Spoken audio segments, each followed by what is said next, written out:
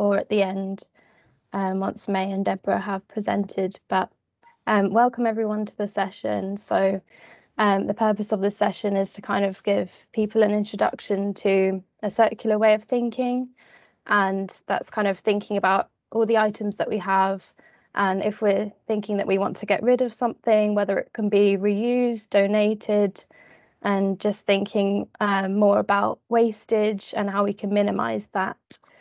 And so there's a huge environmental and social benefit of using secondhand items, and our brilliant speakers, Deborah and May, will be showing the advantages of using secondhand items and the success stories and case studies of using these items. And May will also give an introduction to the platform that she's developed, which is a reuse platform for a variety of different items that you can use in your home or your office space. And then Deborah works at the charity Young Barnet Foundation, and she's going to give a background to the charity that works to improve and inspire young people, and discuss the positive impact of donating items and how they've previously worked with Globechain on a reuse project to make use of those unwanted items. So let's get started. I'll pass over to May. Brilliant, thanks Ellie, and afternoon everybody. So I'll explain a little bit about Globechain and why I set it up. So Globechain's been running 6 years, and we're the largest, what we call an ESG reuse marketplace. So imagine it's like eBay, but rather than us selling items, we give them away for free to people who need it, and we do something quite unique. We generate ESG data on the impact of where items go.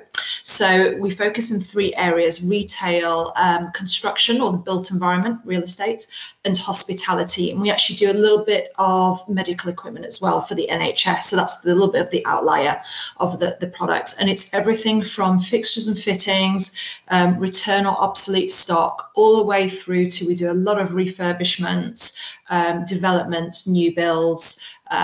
We work with people like Heathrow Airport in warehouses and so on. And it's anything from ceiling tiles, flooring, fire doors, all the way through to obviously furniture, computers, IT equipment, and so on. And then the hospitality is restaurants and hotel chains, which do similar things with ongoing refurbs. We've got 10,000 members in the UK, and they're a mix of non-profits, social enterprises, small businesses and individuals. And we've got Deborah, I'm sure Deborah will fill us in as well on what she does for the Young Barnet Foundation, but they're one of our members on the site that have benefited and impacted on how they've used the items. So she'll tell you a bit more in a bit about the impact beyond the Globechain platform, if you like. The way it works is a corporate, usually within procurement, facilities or sustainability, will either do a pre-demolition audit, or will go around and do an audit of the items that they don't want, that they would ordinarily dispose of in a skip or incinerate, or pay for a waste company to turn up. They will list it on the marketplace, and it's super easy. It takes around 30 seconds per listing, and it's really simple details. It's like a chair, 100 chairs, list them, tell the, oh, sorry, I think someone's not on mute, there's a bit of background. You list the item and you say who you want to give it to: charities only, individuals, businesses only, or everybody. And our system sends out alerts every day at 3 p.m. to around 10,000 members who are interested in those items. And whoever wants it will go on the system, request it, communicate with you in a dashboard, and arrange a collection. And the system in the dashboard has a booking system and an encrypted chat to basically organize that, allocate the quantities, and anybody who's unfortunately hasn't been able to take the items get put on an automatic waiting list. So if should anything happen, if you reschedule or cancel, we ping out alerts to the people on the waiting list to request. The recipient, the taking member, is responsible for organising the transportation, and that allows us to basically keep a bit of quality control, but also from a taking member perspective, for those who've done a lot of peer-to-peer giving, they do turn up because they're spending money on logistics, so you have very little no-shows. So if you go back to kind of the psychology of how people assume charities operate, they do turn up because they spend money to turn up, and there's valuable goods to take. So we do it like that. And actually, we're offering logistics next month ourselves, so you'll be able to track the couriers through the system. We have something called internal reuse and loaning as well, and that's global.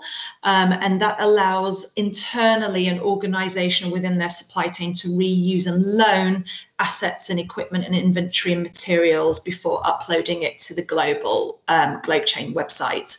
And as I mentioned, the ESG data part's quite interesting because we break down social, economic and environmental impact on where those items go.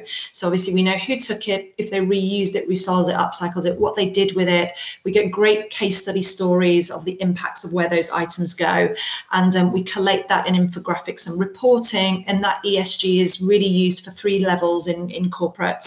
Sustainability and waste reporting, obviously hitting social value and community engagement, tax offsetting for some organisations, and on very C-level, it's used for bond risk credit financing, IPO, and under construction, we're recognised under BREEAM points. So there's a mixed level of the way you use your data. I'm sure there'll be questions on the back of that on the things like, you know, do you store your items, the liability side of things and how that operates. And obviously happy to, we have certain things in place and documentation in place when you list the items to cover all those aspects. It does require a bit of behavior change for some companies, especially people that don't use kind of technology when they're doing the audits. So we've seen many spreadsheets, so you're not alone if you work like that. And I'm just going to briefly show you a couple of visual case studies of some of the clients and projects that we've done. So hopefully everyone can see my slide. If I just do this. So we work with a major landowner in the UK, and this was a commercial building. And I've just put a few images of what type of items go. So from the ceiling tiles, the soap dispensers, the fire doors, all the way to, as you can see, bottom left, the carpet tiles. Now, some of you might think, okay, the quality is not great there, but really there's so many different types of organizations that desperately need products, and carpet tiles are very stackable and very tough, so they're easily cleaned for certain organizations. And so 100% usually goes, and 100%, 98% goes through reuse. We have a little bit of resale, but most of it's reuse and upcycling that goes through the system. And I've just broken down a few statistics on the types of things. So the boards, blinds, paper towels, and on the right-hand side, the impacts. So this went to a variety of different organizations, from children and youth, women education and arts. I particularly like the story about the doors. It's quite unusual for construction material to go to Africa. Normally it's very localized. We do have charities in Western Africa, Libya, Poland, and Ukraine. They tend to go for very specific goods because they can't find distribution there, or the medical equipment, because we work with the NHS. So a lot of patient beds, crutches, saline solution, that type of thing gets reused abroad due to health and safety and compliance. You can't reuse in the UK. But this particular story I really loved because the doors were taken to Ghana for a school to ensure the students were protected from the local wildlife in rural areas, which I thought was really like beautiful, because you just assume that everything's okay and people have doors. So it just shows you the impact of the students and what type of wildlife they have out there as well. And if you look at the stats, they made a lot of commercial savings rather than disposal, and it was a high amount of kilos diverted from landfill. This is just a simple project, again, very similar. It was office furniture on 29 floors, from desks, tables, the usual types of things. 98% was reused. Because we've got 10,000 members, it's super quick. When the alerts go out, it takes 20 minutes for items to be reserved. So people have to act very quickly, but it's up to the corporate who they want to give it to. So it's not necessarily a first come, first serve basis. And obviously the case studies and the stories and the impact of where the items go do make a difference to where somebody offers the goods to. And then this is just an example of retail. We work with a global luxury retailer here and in New York and in Spain, and they do a lot of fixtures and fittings and mannequins, and that goes to a wide range of people, from fashion incubators to apprenticeship workshops and fashion students as well. So that was a very, very quick run through and some images of Globechain and how it works. I'm going to pass to Deborah. I know there's a question, but I think if Deborah, oh no, there's no, yeah, that's okay. I thought there was a question. I'll let Deborah talk and then we can open the ground for discussion. Hi, everybody. I'm from the Young Barnet Foundation, which is right on a borough on the edge of London. And we work with children and young people's charities. So we're working across 180 very, very small local charities. About 50% of our charities that we work with have an income of under £50,000 a year. So they're 2 people, 3 people max, delivering to the most vulnerable, isolated young people locally.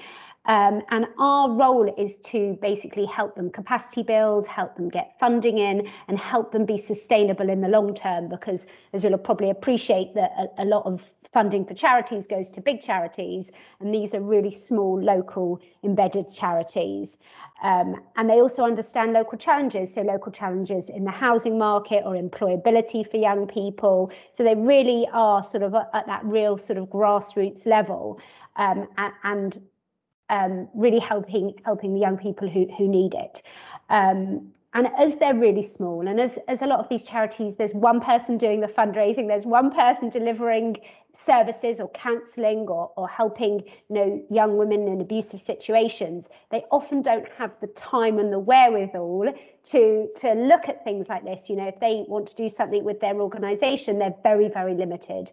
So, for example, we undertook a project, and how we worked with Globechain is we, Young Barnet Foundation, created a co-working hub, because having to pay rent for a lot of these small charities is takes away from delivering.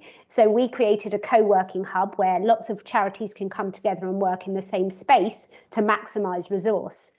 What we also did was take on, under the whole campaign for Marcus Rashford and food poverty over COVID, we created a central food hub for the whole of the borough of Barnet. So instead of 18 different charities having to store food, organise all the logistics themselves, we took that responsibility on and deliver out to 18 food banks across Barnet. And where we came in with Globechain is we took a kitchen off them. So we were able to take a kitchen for reuse that we put into our hub. And now actually it supports 18 different food banks. And we're also working across 20 schemes over the summer holidays under the Holiday Activities Fund for the government, which is positive activities for young children with food for low income or kids on free school meals. And we use that kitchen to help distribute food, to help make food, and for all the different charities to come together and use as a single resource. So that's the sort of the scale of the impact. I think we're delivering sort of 20 different schemes across Barnet to children and young people under 18 over this summer, so for 5 weeks. So that's an example of how we've used Globechain. We've got another charity, for example, that works with boys on the edge. So the edge of sort of falling off a cliff, they might be temporarily homeless, have started to sort of go into the world of drugs, or sort of really have nowhere to turn. And what they're doing is a scheme to work with young boys and train them to be gym instructors. So they're refurbishing a unit with all gym equipment. Again, it's sort of a reuse project. And what they're going to do is give all the kids employability skills and qualifications so they can earn their own income and really reset their life. So that's the sort of thing we're doing, and how we're using different things to reuse. We use, for example, footballs that have come to the end of brand life, so they can't be sold anymore. And then we distribute them across all the different physical activities in Barnet for the kids to use, because they're not really bothered about the branding. They just want to play football. So there's various different ways that we look to support different charities who wouldn't be able to access this. And I think that's the key thing. These people don't have the time or the wherewithal or the connections that would be able to access this. They're not going to be engaging with big corporates. They just don't have the wherewithal. So something like Globechain really assists with that for a lot of these organisations, and enables them to access things they wouldn't have access to. So I hope that helps sort of contextualise the impact of anything like this. Yeah, I think that's a really important point, because we work with a lot of small and medium-sized, charities and social enterprise. And one thing we always notice is that they can't access those big companies because those big kind of charities that work like corporates, like your Save the Children, Red Cross, which they tend to get the first pick. And sometimes the problem there is they partner and they have to take everything, and then they actually have to dispose of a lot of the stuff that they can't redistribute. So it's a real shame. Whereas this, people come to them through the system, and there's a bit of an audit trail and transparency, but also I think the impact is actually greater because you're physically taking, as you said, those footballs or that kitchen, and it's like a direct impact rather than the fundraising side that's the traditional way, which has its uses obviously as well, but it's just another way of charities engaging in the value as well in products that ordinarily people would think that's waste, that actually is a massive resource, because ultimately you have to buy those assets if you didn't have them donated. So the savings involved, and the savvy charities actually go and get grant funding with the information that they take from Globechain as well, because they don't spend money on the assets. There's different ways these organizations use us, and hopefully add value and impact, like a domino effect, really, through the process. So I don't know if anybody has any questions. I've got a question, May. Yeah. So sometimes people can be put off by buying secondhand items because they think it could be broken or dirty or whatever it is. How would you challenge that opinion and encourage more reuse? Yeah, so it's that classic kind of like, one man's junk is another person's treasure. I think don't assume anything. Like that example with the carpet tiles was quite a big one, because the landowner was like, no one's going to take those carpet tiles. There was 4,000 carpet tiles. And I was like, believe me, there are people super desperate, unfortunately, in this country that don't have the money and don't have any resources to get these items, and there were so many requests for those. I mean, the average request on kind of like carpets is 4.5 requests each time. Some items get 20 requests on them, depending on what they are, if they're appliances and things like that. But we have on the system, there is a condition drop down. So you can have, it's new, it's good, it's fair, or it's poor. And it's a bit unlike eBay, because you're selling on eBay, you have to disclose a scratch or something, but people make a decision off a photo on the site because it's for free. It's more of a case of telling them the dimensions if they're picking up a lot of things for their logistics, for their transport. And you find people are honest, like if there is a scratch or something, show it, but you'd be very surprised how resourceful people are. And, we have upcyclers on there. And as Deborah said, that, they upcycle things, even things that you think are broken, they can be used for other areas and increase upskilling and potentially employment levels for people learning new skills. So I think the assumption is, because we're virtual, put everything on, even if you personally think you wouldn't need it. We've done like hospice equipment in homes, where it's been like shower seats and things like that probably weren't in the greatest condition because it was an abandoned building for a while. And there were hospices and care homes that took them. So I think don't assume anything. I'd say the only thing manage expectations with is really broken electricals, because, the assumption is you recycle them, rather than not many charities or individuals will know how to pack test them properly, although we do have charities that pack test products. So we have lighting that goes on, things like that. But if they're really broken, list it by all means if you think there's value in the metals for somebody to recycle. But that, just manage your expectations on that area. But things like white goods are really like highly sought after as well. Thank you for clarifying. That's really helpful. I think Julie's got a question. Oh, thank you. Julie, May, when people make their decisions to let things go, they are usually on a tight deadline to get rid of the items. Is this not a concern on the Globechain? So obviously there's a bit of behavior change on how you use the system, and that's the biggest area, right? You think that things aren't going to go, but requests are within 20 minutes for items. We say less than 24 hours for most things to be requested, and that's big bulk as well as the 1 or 2 things. So immediately, if you listed something today, obviously pretend it's not past 3 o'clock, but 3 o'clock the alert will go out and people will start requesting. So you'll know very quickly what's left over, what isn't, and you can book people in. Most people, it's usually the corporate that dictates when they want things picked up. So most things are done between 5 and 7 days. The quickest we've ever done is like overnight, but I don't suggest that purely because people have to organize their logistics. So you usually give 2 days notice for them to book couriers in to pick up. But what you find is once the contractors or the facilities people, when they use it, probably it takes them 2 or 3 times to get into their own rhythm of how they use it. And actually you find that misconception of like, I haven't got time to list it isn't there, because you have to hire a skip anyway. And sometimes skips don't turn up as well. So it's a similar, you just have to be aware that you're dealing with a different type of clientele picking up. So more common sense is required with like, remember people are taking it from a photograph, they're not coming in to look at it. So if they're picking up multiple items, say to them like, it's heavy, you need 2 people, but we're going to put it in the loading bay for you. And usually that's a conversation we have with you before you start listing. So we work with Nando's and KFC, and they're only closed for 1 day, and they have a slot of a couple of hours where they can allow people to come in, and we just basically organize with them, and they put a deadline time, and when they're discussing it with the member, they'll explain to them, can you come between this time and this time, and the members will come at the time you request.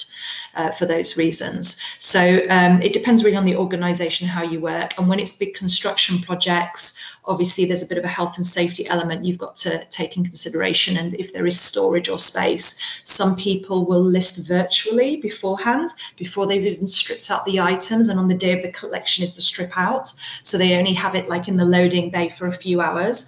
Other people say we can leave it there for 24 hours. And some people like, okay, if it's not gone by this time, we can't give it away. So you can have different ways of working, and it's really up to like the rhythm of the team that's involved in listing it. Oh, I think there's another question. How can organizations, beg your pardon, right, hang on. So if it's somebody like Deborah's organization, they can just go in and register and request alerts to request things, and they can actually ask for very specific categories as well, and they'll get alerted within a certain radius of that. Corporates, I suppose speak to you, Ellie or Julie, on that side. We have different ways of working with companies. We can either do kind of per project or per department, or we can set up kind of a corporate account for everybody to use it. So you can have multiple users, you can have different ways of working with the system, and we can train you. So it's very simple to obviously, we can register you very quickly. It's like a 5-minute registration process. It's more on the corporate side. We'll talk to you and onboard you with a contract, obviously, and get you on board as a supplier, a lister, if that makes sense. And you're pretty much ready to start, and you can have multiple people. And even if you work with third-party suppliers, we can connect them to your account so they can use it on your behalf on different locations, and the data feeds into JLL basically. Thank you. I've got another question. Over the past few years, obviously sustainability, people and businesses are thinking more about how they can be more sustainable. So have you seen an increase in items on your platform the past few years, as people are thinking more about carbon savings from buying secondhand items, or donating items that they no longer need anymore? Yeah, so the last, I'd say, COVID year and this year, there's been a couple of drivers, right? Legislation, particularly in the built environment. I think the non-profit industry, so I'm sure Deborah can fill us in on this, but they've probably really struggled last year because not much support from government.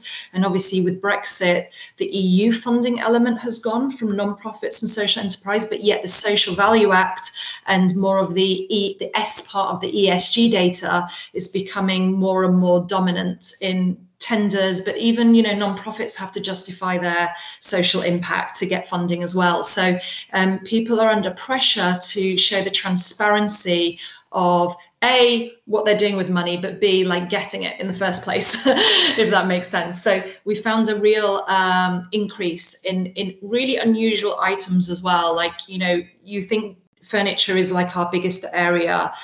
Sometimes it isn't. It's been construction. 60 to 70% is construction materials and products that are going through our site at the moment. But that's purely because construction was still operating, if you like, in COVID. Whereas now we're seeing the retailers come back in. I'd say the hospitality industry is a bit behind, but the restaurant trade is doing a lot of ongoing refurbs as well. But that social value impact has become more and more important. And that's where the industry is lacking in the actual tangible results from that. And you find when these charities like Deborah's come and tell you the story, it really engages people to understand like the innovation. And actually, you know, it's not just a chair that's been reused and someone sits on it, you know, like that kitchen, look how many people it helped, you know, so that impact is greater than just we gave away a table and saved money from a skip. You know, that's helped a community and fed a lot of people. And I think we forget that element of, you know, even like young offenders when they come out of prison, you know, they've learned a new skill, but they don't have clothes, they don't have like any furniture for their home, they don't have cutlery. So those kind of the smallest things create a huge impact. And I think especially if you're building or you've got projects in a particular borough, I think it's really important to show like how you're affecting that borough, good and bad. I don't know if Deborah's got a bit more to add to that, actually. Yeah, I think it's in multiple ways. As you said, you know, charities have to seek funding, and funders now ask charities. We have to, when we submit anything for funding, we have to submit our policy on recycling, etc. You know, we have to now be accountable for those sorts of things to enable us to get funding. And also, I think people should be really aware of the littlest thing makes a difference, particularly post-COVID. Employability amongst, say, 16 to 18-year-olds, you know, that is the biggest concern to young people in London at the moment.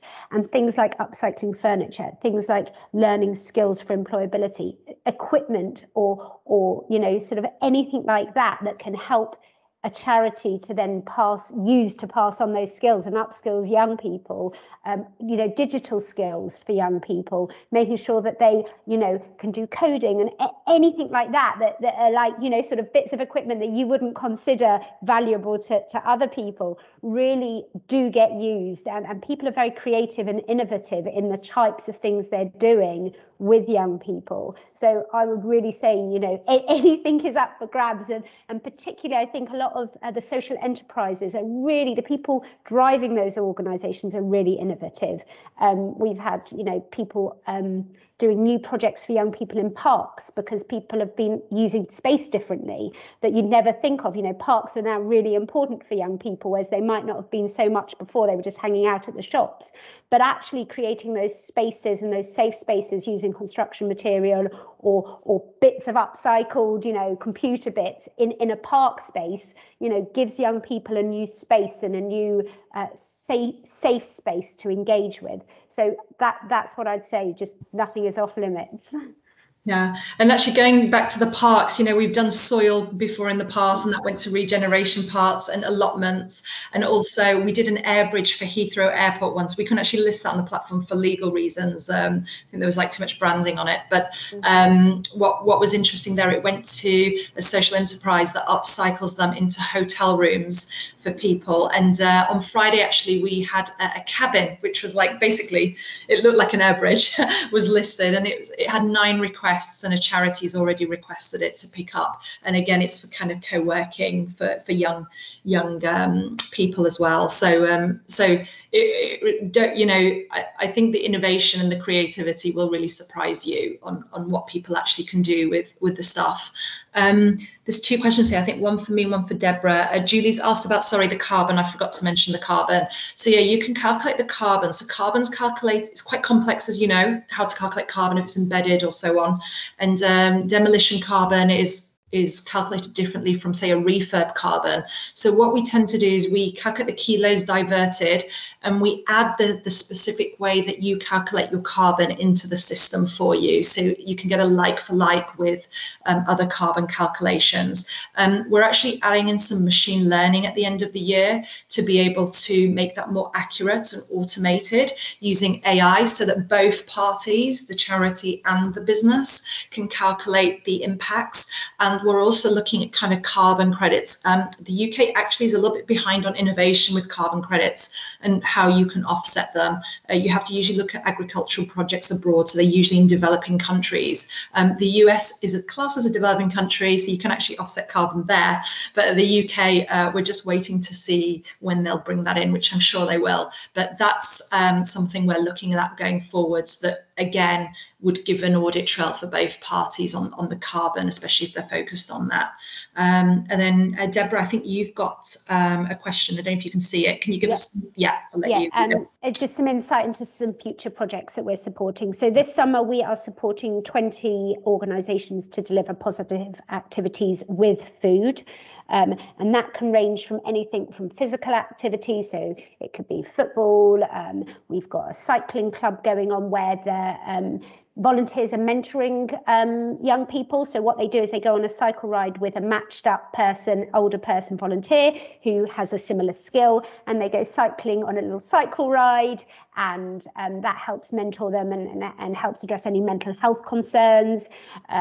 We've got something that we're doing in the hub, which is, for example, intergenerational projects where young people are upskilling the older people in digital skills, and the older generation are working with the young people to share stories. It's like a talking history library where they tell the stories of the past and their culture, and that's a refugee intergenerational project, and the younger people are upskilling the older people on digital skills. So again, using lots of different elements to bring sort of the community together.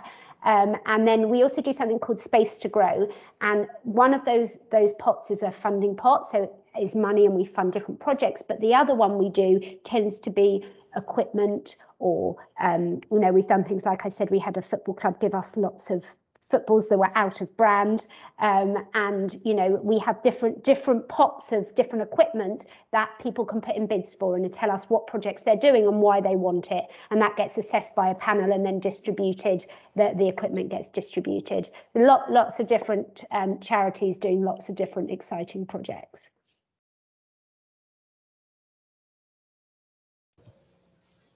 Brilliant. I don't know if anyone else has got any questions. Oh.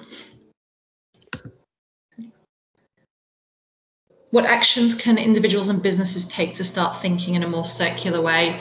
It depends which department you're in, I guess, and what your objectives are going forwards. If you're in kind of, if you're dealing with like rolling clients, so we've worked with, say, Crown Estates in the past as well, and we've done projects with them, obviously in the real estate, the roads that they own on the real estate side, but we also do kind of like rolling clients that they have with retailers, if that makes sense. So these retailers are disposing of goods like every month, just ad hoc. So it depends on what you're focused on. If you're focused on like carbon, waste reduction, and it's part of your KPIs, it's probably a very simple idea to start doing reuse. In construction, we're also recognised under BREEAM points, and in the residential market, the HQM credits. So there's a couple of elements that could win you and differentiate you from different suppliers when you go for tenders and winning new business. I would say, on the reuse side, it's super simple, and I think you'd be really surprised at the commercial cost saving of maybe redistributing 60 or 70% of the goods that you would have probably disposed of. But at the same time, the ESG data has a huge value on multiple levels in the organisation. So not only is facilities, procurement, and maybe waste management divisions benefit from, kind of like the bottom-up approach, if you like, working on the operational side, but also C-level and the finance team will really benefit from getting that ESG data, because it's not in the past it's not been tracked before like this, where you have a physical asset being given somewhere and you know the impact directly. Usually there are many systems out there that optimize stock, but it's usually data driven. It doesn't actually physically do anything. You still have to do something on the back of it. So I'd say that's probably start off with simple things, start off with simple products and reuse them. And then as you trust a system like us, just, you know, put in some wild cards. We did a fuel cell for TfL. It's a £2 million fuel cell, and it got 3 requests on it. One from a university lab to use as an energy cell, one from an African charity that wanted to use it as an energy cell, and one blessed from another charity that thought they could recycle it, but it was like super complex to recycle and too expensive to recycle. So that's why TfL didn't want to do that in the first place. But it was just interesting to see who would request something so niche, if you like, as well on that side. Yeah, and I think circularity don't do everything at once. You know, it's a big topic and the industry can't change everything overnight. It's nice to have super complex technology, but you know, most of our clients, when we first started with NHS, they were on like Internet Explorer 5. Like our website wouldn't even come up on the system. So you've got to think of really simple things like that, and how it interacts with, say, security aspects with different clients also as well. So there's I would say think about it in very simple terms first, integrate something easy, and then build up on that. And you know, as a system, we can do quite a few things. If you come back and go, May, we'd love this on the system, you know, we're tech, so we can incorporate it in the system. Julie, when do you think circular economy thinking and reuse will be mainstream? I think it's already gone mainstream, actually. Last year, COVID, people started thinking about health and well-being, sustainability more. The carbon agenda was really pushed. I think this is going to change even more this year. And I don't think it's going to stop. The actual mainstream part of it has actually really helped us this year. And also in construction, pre-demolition audits from September need to have a reuse element. There's a lot of projects now that have mandates that you've got to be more circular. And what we're finding is the problem is a lot of companies have put carbon zero, carbon neutral, or really we should be carbon negative in their agendas. And actually, you've not got long till 2030 to achieve that. And there's not many solutions out there. So I think the combination of consumer drivers, government drivers and data drivers are all contributing to speeding this kind of mainstream agenda. And everyone's talking about it, as you know. When I started 6 years ago, no one knew what ESG data was. And for those of you that know the story, I basically set it up because our bank moved offices across the road and they binned the furniture, and it cost them around £50,000 per person to make the move, and we had 300 people in the building. So just for me, it was like, that's commercial madness. Why can't you put a flag up and say who wants it, and somebody picks it up? And that's how it all began, really. And then I realized it wasn't just about furniture. There was this bigger problem of waste and how we basically distribute it.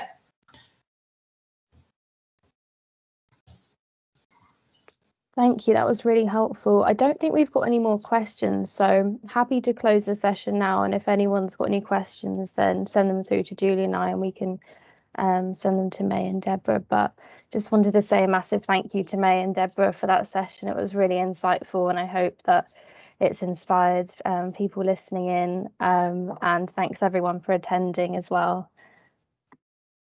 Brilliant, pleasure. Thank you.